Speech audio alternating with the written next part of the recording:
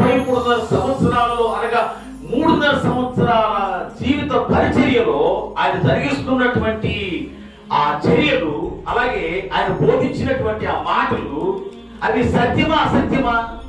సత్యమే కదా, బట్ వాళ్ళకి అర్థం కాదు. అందుకే వాళ్ళు ఆయన మీద కక్షకున్నారు, ఆయన్ని పంతం పట్టారు.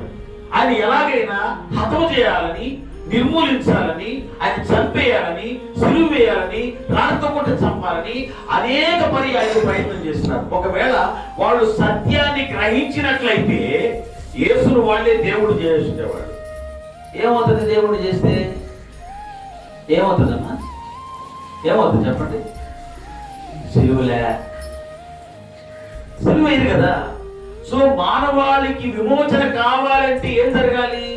ఆయన సిలువ మోయాలి, రక్తాన్ని చిందించాలి, మరణించాలి, 3వ దినాన లేచుట అగత్యం.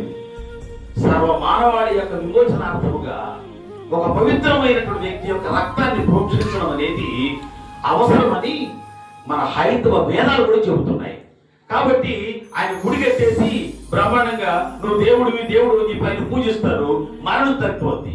సో ఇక్కడ యేసుక్రీస్తు ప్రభువు పుట్టాడు అంటే సత్యాన్ని తెలియజేయాలి. రెండవది ఆయన మరణించాలి, మరణించే దాని కోసమే వచ్చింది ఆయన.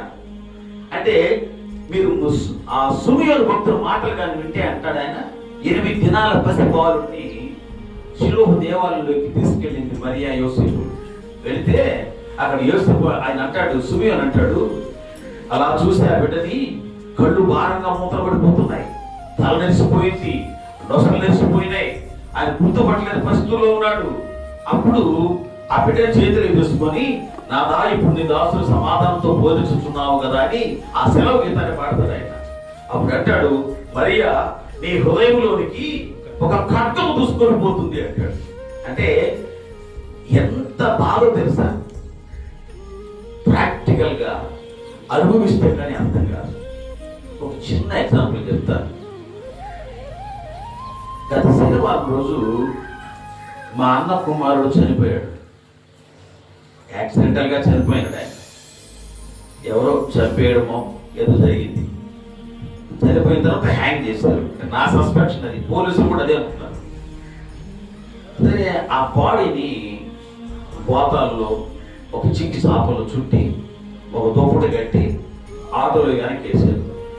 మా కోసం ఆటో ఎక్కడ చూతురండి అని వస్తే నాకు ఆ వెనక బాగా ఇట్ట పడుకుంటే ఆ తల భాగం చూస్తే నేను చూడలేకపోయినా. పాస్టర్ గారు వచ్చారు. ఆయన వచ్చిన తర్వాత ఆమె చూసి తల గుండె భారం అయిపోయింది. అంటే స్ట్రోక్ రాని వచ్చే పరిస్థితి అనమాట. మాకే ఏంటంటే వాడు తల్లిదండ్రులు పెట్టుకుంటే చెప్పండి, వాడు తల్లిదండ్రులు లేరు, ఇద్దరు ఆ బాధ అనుభవించే పరిస్థితి లేరు వాడు. సరే బిడ్డ యొక్క మరణాన్ని తల్లిదండ్రులు చూడటం అనేది అది వర్ణనాతీతమైనటువంటి పరిస్థితి. అందుకే మరియను గురించి సుమియోను మాట చెప్పాడు, నీ కళ్ళెదురుగా ఈ బిడ్డకు జరిగేటువంటి పరిణామాన్ని నువ్వు చూస్తావు. అది ఎక్కడుందంటే నీ గుండెను చీల్చినట్టుగా ఉంటుంది, నీ హృదయంలోనికి ఒక ఖడ్గం దూసుకొని పోతుంది అంటాడు. ఆ మాటలు అర్థమయ్యకపోవచ్చు, కానీ యేసు ప్రభు సిలువ నిర్వహించే సమయంలో అర్థం కదా. ఆనాడు సుమియోను భక్తుని మాట చెప్పాడని చాలా పూర్వం, చాలా కఠినమైన శిక్ష అని దేవుని బిడ్డలాగా. సో ఇక్కడ సత్యాన్ని గురించి సాక్ష్యం ఇవ్వడానికి వచ్చినాడు. అలాగే మానవాళి యొక్క విమోచనార్థముగా ఆయన తన శరీరాన్ని సిలువ మాని మీద అప్పగించడానికి వచ్చినాడు.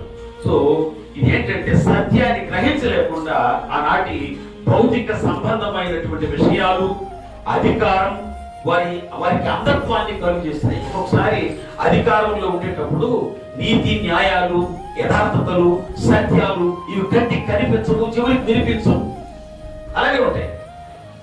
సో అది లేనప్పుడు అన్ని గుర్తుకొస్తాయి. ఆ ఉన్నతమైన స్థానంలో ఉన్నప్పుడు అందరికీ గుర్తురావు. సో వారు తమ నియమాలు, అంటే క్రైస్ట్ ప్లస్ మాస్, క్రిస్మస్ అంటే 2 విభిన్నమైనటువంటి భాషలకు, సంప్రదాయాలకు సంబంధించినటువంటి మాట ఇది. ఈ క్రైస్ట్ అనేటువంటిది గ్రీకు మాట, క్రిస్టో అంటే గ్రీకు మాట. అలాగే మాస్ అనేటువంటిది లాటిన్ మాట. ఈ రెండు మాట కలయిక క్రిస్మస్. సో ఇక్కడ వాళ్ళకి ఆ నియమాలు ఏవి అర్థం కావు. ఎందుకు ఆయన మనం ఆరాధించాలి అంటే, ఇంతటి ఔన్నత్యం కలిగినటువంటి వాడు భూమి మీద పరలోకంలో సర్వాధికారం కలిగినటువంటి వాడు మరి ఇప్పుడున్నటువంటి పరిస్థితులకు అధికారాలకు లోబడినట్లుగా, ఎస్ నువ్వు అన్నట్టు నేను రాజుని.